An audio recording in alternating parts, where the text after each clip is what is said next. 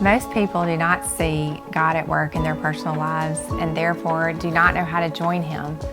This Divine Appointments podcast is to encourage you in your faith, to open your eyes to seeing God's hand at work. My hope and prayer is that by hearing these stories, you too will engage where God is already working and discover God's mission for your life. Welcome to Divine Appointments podcast. I have Scott and Candice Fortenberry, whom I have known for a long time.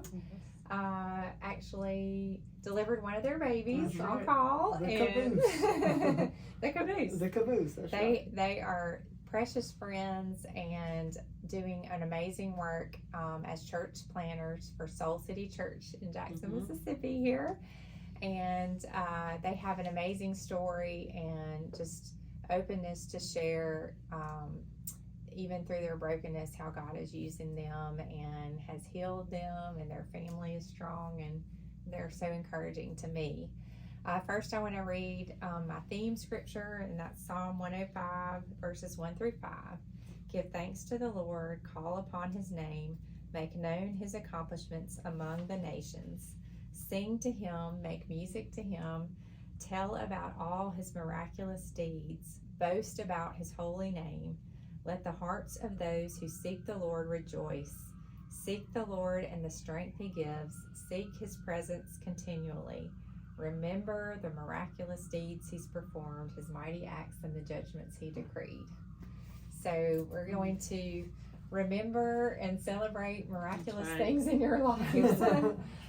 First of all, y'all have been at many churches across the South, right? That's correct. Florida, here. Mississippi and Florida. Okay.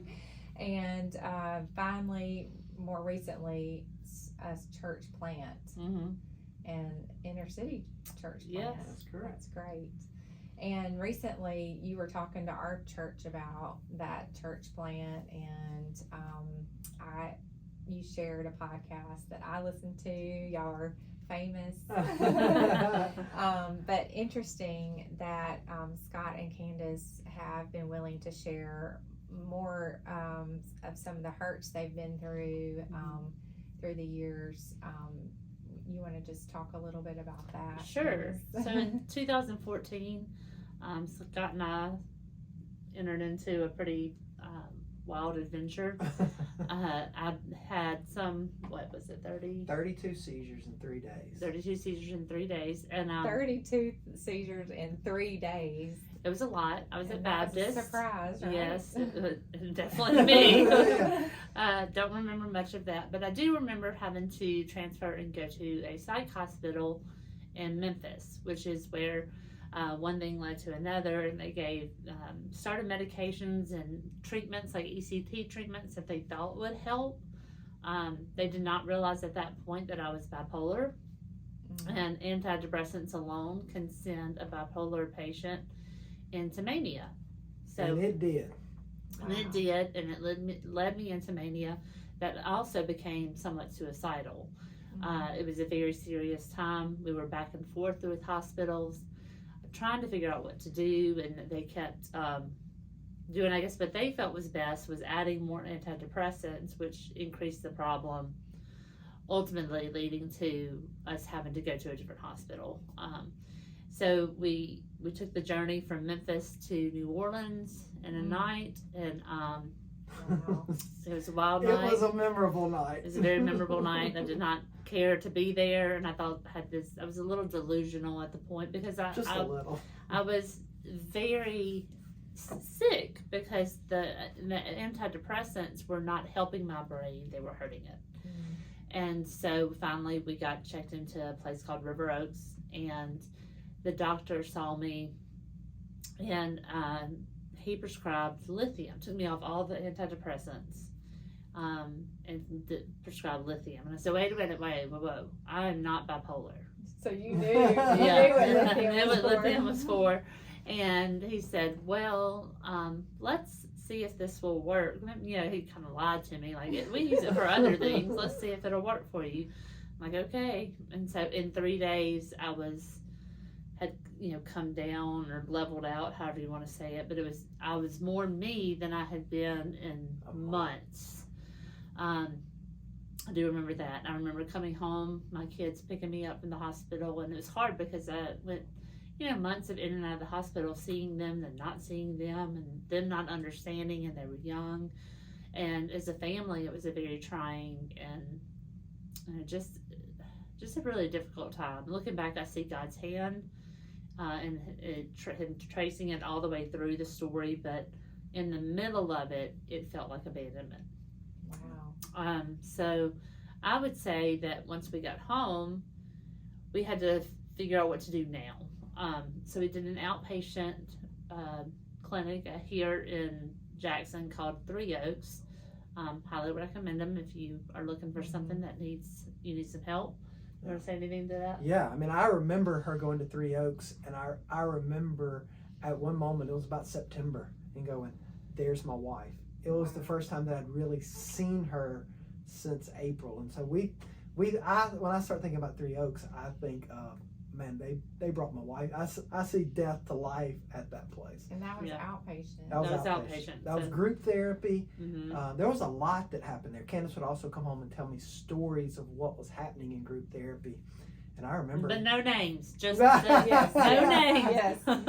Privacy kept. But I remember going, that's church. Because they were Wow. sharing intimate parts of their lives, and there was no judgment. Nobody agreed. Mm-hmm. But there was no judgment. It was safe. And I remember at that conviction, I'm leading an organization that doesn't have that safety net. And honestly, I was not safe.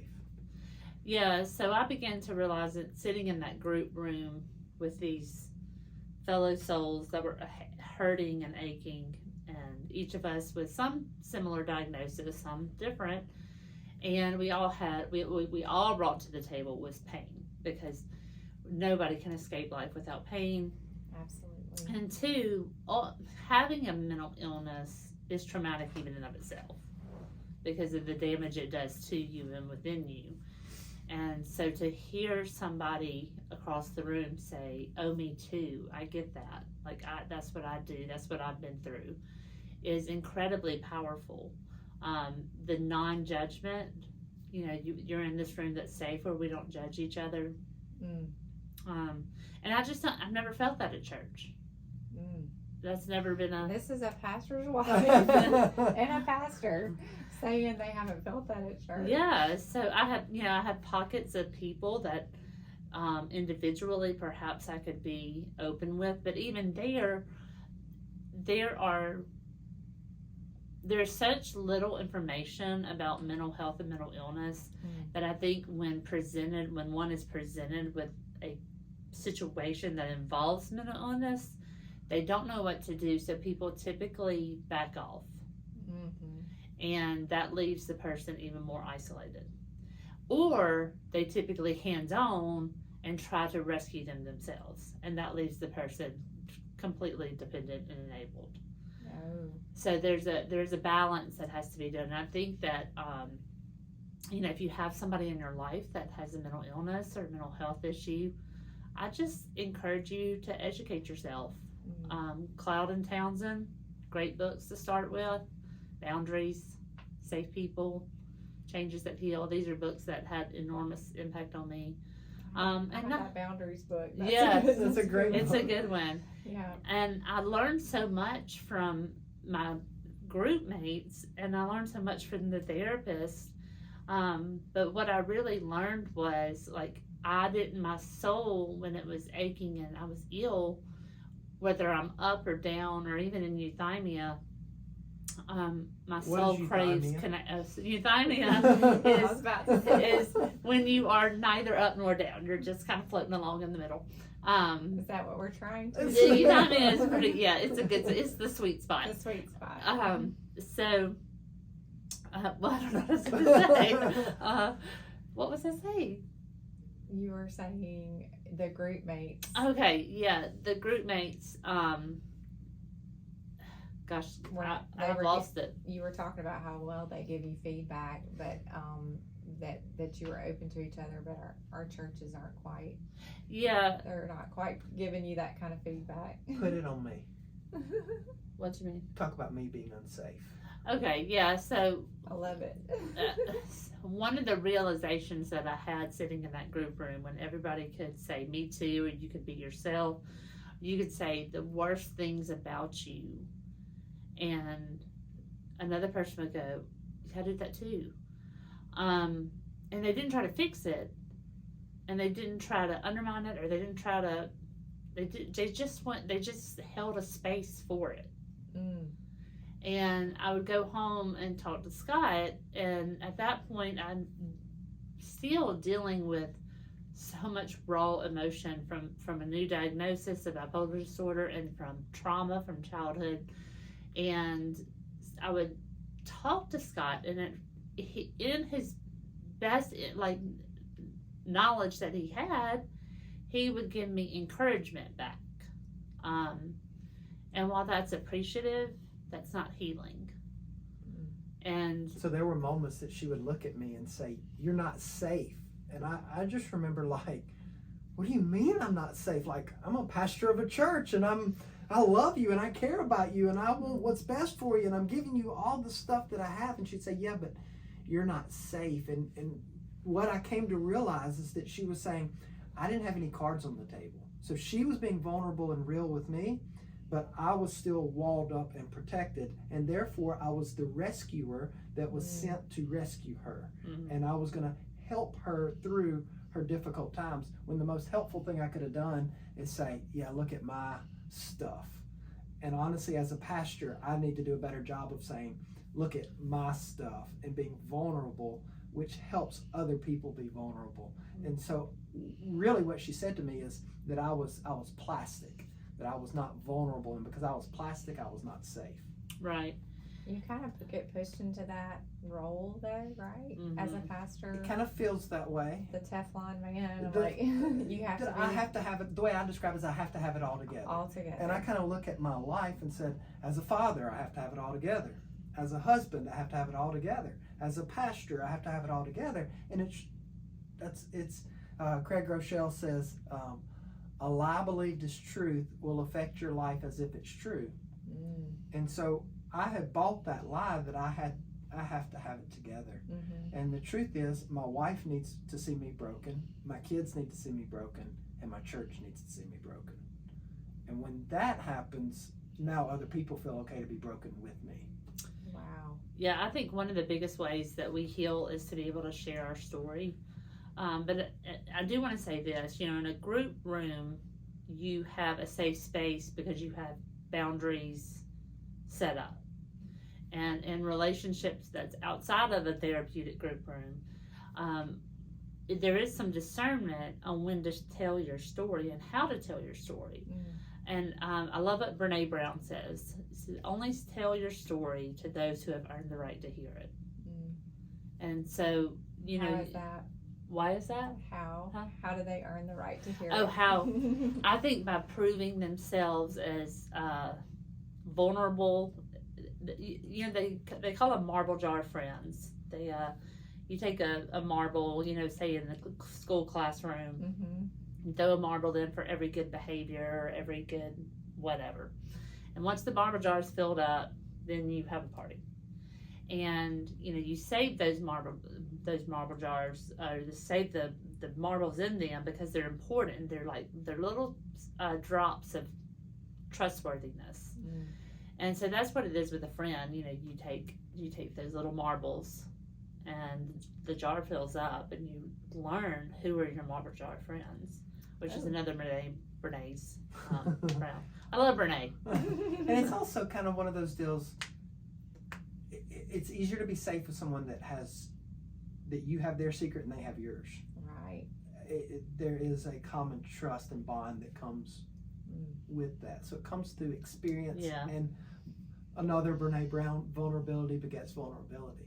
Are they willing to be vulnerable back with you? Right. Wow. That's a huge sign of an unsafe person, if they're not willing to be vulnerable back with you, that's not the safe place to put your soul out there, put your heart out there to be held by that person. You find a community that you can be vulnerable together with. And that's biblically what we're supposed to be as the body of Christ, Correct. right? That's So- correct. The walls are supposed to come down, right? Absolutely. I don't remember the verse, but carry each other's burdens as each one carries their own load. Right. So sometimes we have our loads that we carry, and sometimes there are burdens that we have to have people help us. And you, back to the beginning, were y'all both kind of blindsided by the seizures? I mean, was it the seizures that really caught your attention to something going on? Did you feel like?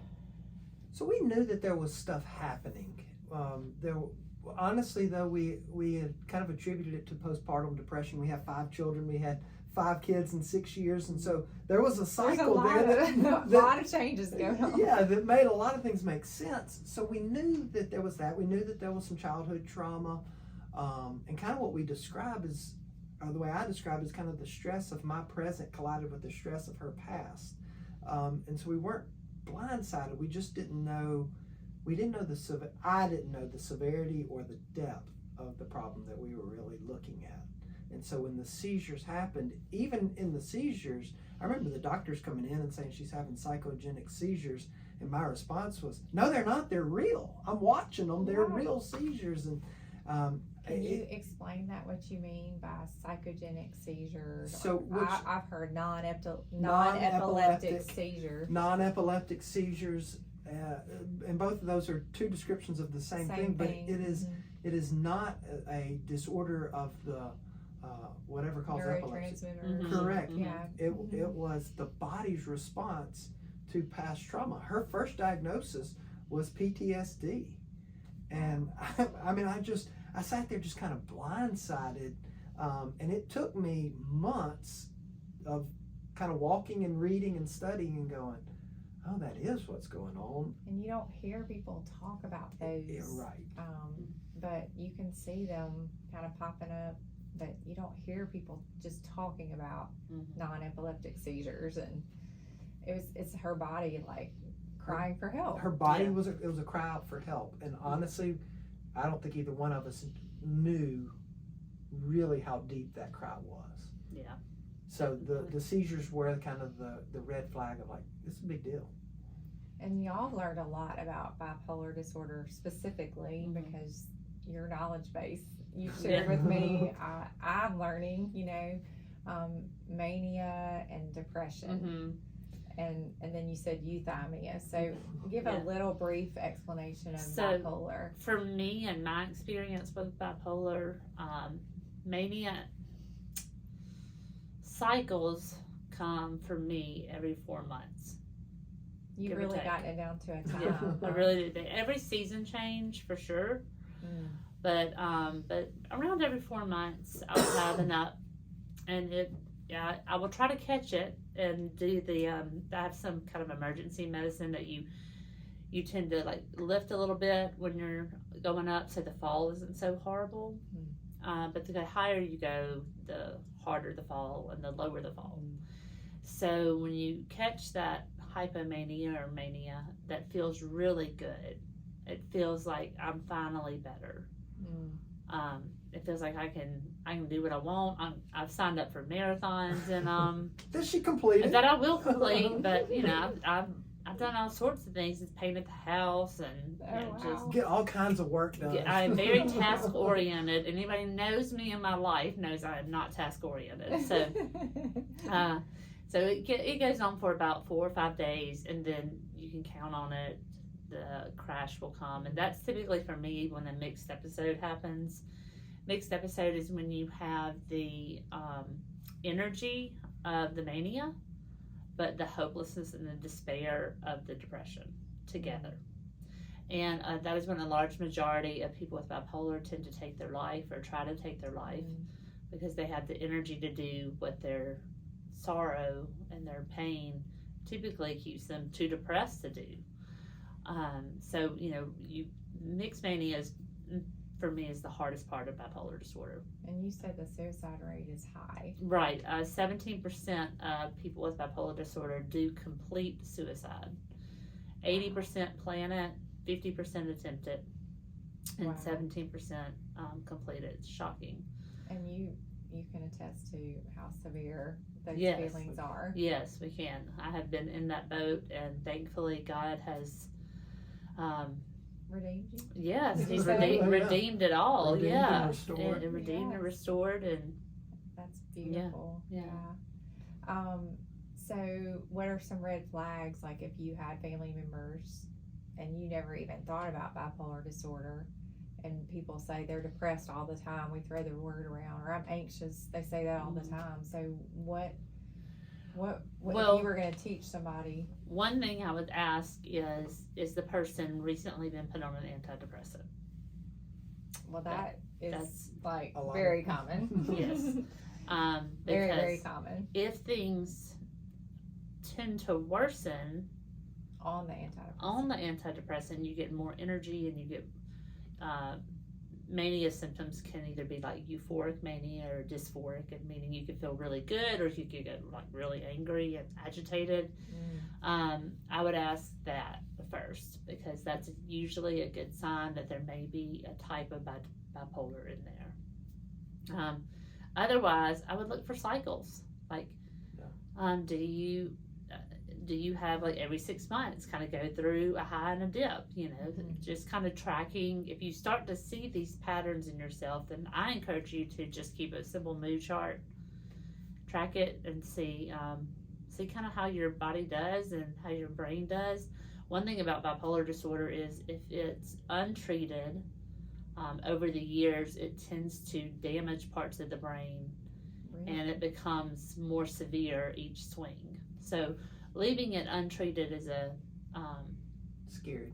risky. But isn't there a high rate of not taking medicines, even if Yes. you have gone and sought help? So I think that medicine is a hard thing, especially for people of faith, because they think, well, I should have faith that God will, heal me. Well, How do you feel about that? yeah, I mean, hear God, that a lot from patients. God has given me medicines to help me through this. I feel like if I'm, that's the story about the guy that's on the roof and he's like waiting for there's the Yes. water's rising Yes. and he's waiting for everything, and Boat, finally Got he, the boat, the he helicopter. he gets to heaven and God's like, I gave you all this help. That's right. Or Or it's just like I say, diabetes, and right, God yes, gives you insulin. yes. I For know. diabetics. That's a great illustration, because like diabetes, you work on every single day. You keep track of your sugars and your insulin and all the things. There are a lot of things It's to a control lot of it. work to Mhm. control diabetes. And it's the same with bipolar disorder. It's just in the brain. The brain is an organ. That's right. So And it's a it's sick. physical sickness. It's a physical sickness. That's right. We always say bipolar was the same way it was as it is now when Hippocrates was there. He noticed the same patterns. He written wrote about it. He wrote about the fluids, thinking of a certain fluids in the body that cause different patterns, but it presents itself same way, Wow. across the generations, cross cultures. It is a physical disease, and it can be that affects the brain, and it can be treated with medicine, and it can be treated well. But on top of that, you do believe in like a multidisciplinary path, like you said, group therapy, individual therapy, Yes. art therapy. Talk about that. Yeah, so my favorite form of therapy is art therapy. I suggest anybody that has bipolar disorder to find a therapist. Number one. Absolutely. A psychiatrist first, then a So therapist. the psychiatrist Yes. is the medical doctor who writes the prescriptions. Right, that's right. Does the medical management. That's right. And the counselor, And a therapist or counselor can help you walk through how to manage your illness. And what do you say for spouses or family members? Yes, It's I would important say for the them same to for them understand. to either have their own therapist or come alongside, whatever works for your family and your situation. Because it's a team effort. It is Right. a team effort. And there is help. There's different areas around Jackson that offer therapy. RTS is a great resource to call and ask. They work on a sliding scale of income, and so it may offer you an opportunity to get therapy there at a price you might can afford, if that's a struggle. But I definitely say get on board with a therapist. And one of the things Candace, I feel like, has done really well is that she built her own team. So there are a handful of people that Candace has equipped to handle her in the midst of the highs and the lows. And so safe people. And she's a lot of kind of what she's doing here, but she's walked with those people enough to go, here's what I really need in the midst of it, and I may not like it, but this is what I need from you in those moments. And we had a moment this past month where we had some medicine changes. It went a little kind of wild for a minute there, and I had friends that they knew what to do and they knew what not to do. I had one friend who reported to Scott a text that I sent her, and it feels like in that moment it feels like a betrayal, but once you come through to the other side, you see, oh, it was really loving. Wow. I have one friend who says, here's the ABC steps that you need to take, and I have to be willing to trust the people who I have given my heart to in this situation. Right. And I just want you to know too that people out there are willing to learn, and they are willing to stand by you. I believe that if you pray about that, because I know somebody might think, well, I don't have anybody that would do that with me.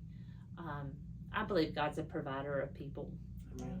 And my friends have been willing to learn my illness and how it affects me and what to say and what to do. And sometimes they don't have the right things to say or do because I'm not in the right mind, but they can be present with me.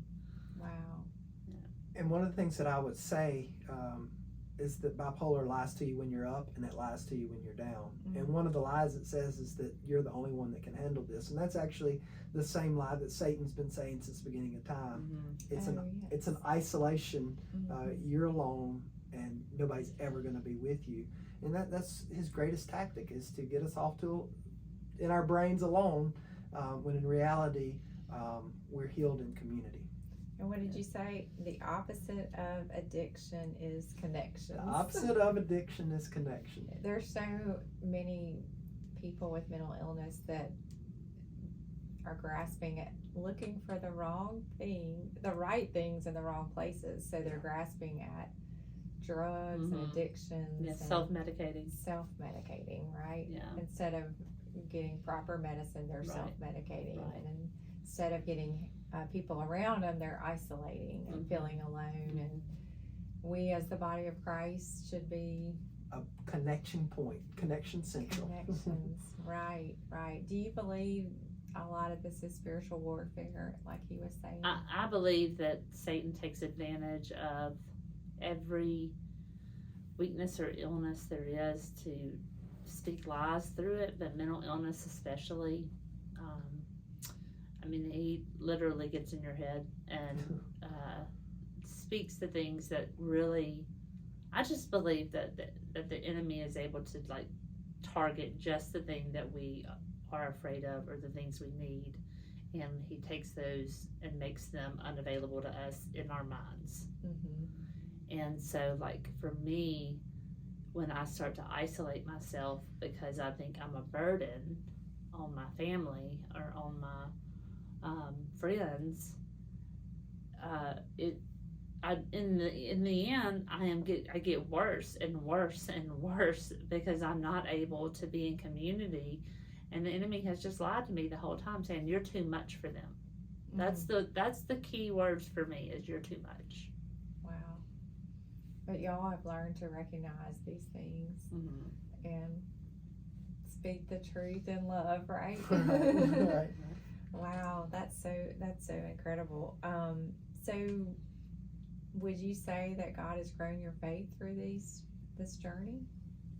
The two of you? Oh, there's no doubt that we are nowhere close to who we were in 2014. That God has as a couple or as individuals. I would say that God has brought us so much significantly closer through this and in intimacy.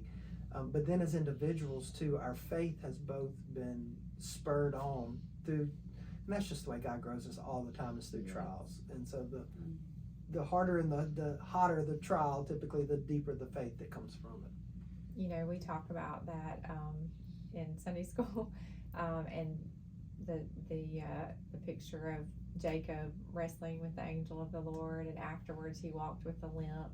And in my life, and Joel falling off of the roof, you know, that was our limp, right, so to speak. We wrestled with the Lord, and you know, we walk with a limp after, but we are changed, and our faith is stronger. And you know, Paul said that he pleaded with the Lord to take this thorn in the flesh away. 3 times I pleaded, and he said, no, my faith and my grace is sufficient for you. And that's what I feel like he's, that's what I feel like he's done. And even this last month of troubles that we've gone through with my illness, I had to come to a place where I just said, okay, God, I have to give all of this to you. Like, I have to give all of me, my whole world, just me, my body, my mind, my spirit, my soul, my everything, and all my relationships, and just put them in your hands. And even though you might crush them right now, and you think about Job, or you think about the different trials that each of the patriarchs went through, and God brings something wonderful out of that crushing. I think it's Henry Nouwen says that we can't think of the wine we become while we're being the grapes that are being crushed. So that's beautiful. So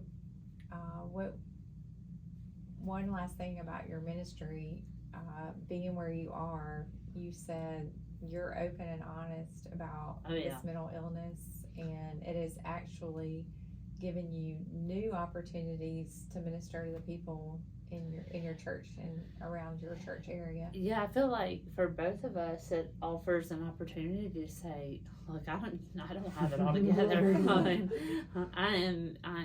I used to think that if I could get it together and make it look good, that would be my way to be accepted. But that's really not the goal, is it?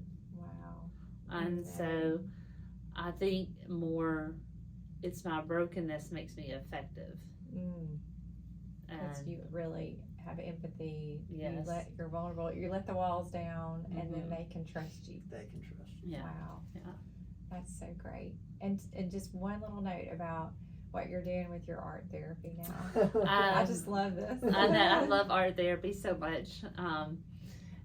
One thing that I'm doing is going back to school at Belhaven University and getting a BA, this is long, BA in psychology with creative art therapy concentration. Wow. I am thrilled about doing that. Art therapy was something that was extremely healing for me. In fact, I still do it as a practice on my own. One neat thing about it, just so you know, when you use your non-dominant hand to draw or write or paint or anything, it actually reaches into the hemispheres of your brain that bring out your emotions and memories. Wow. So sometimes that's a way to get in touch with things you can't put words to. So how do you do that? You write or draw with your yes, your you just non-dominant non-dominant hand, and you know, like you would journal. You know, you could write a question with your right hand and then respond with your left hand.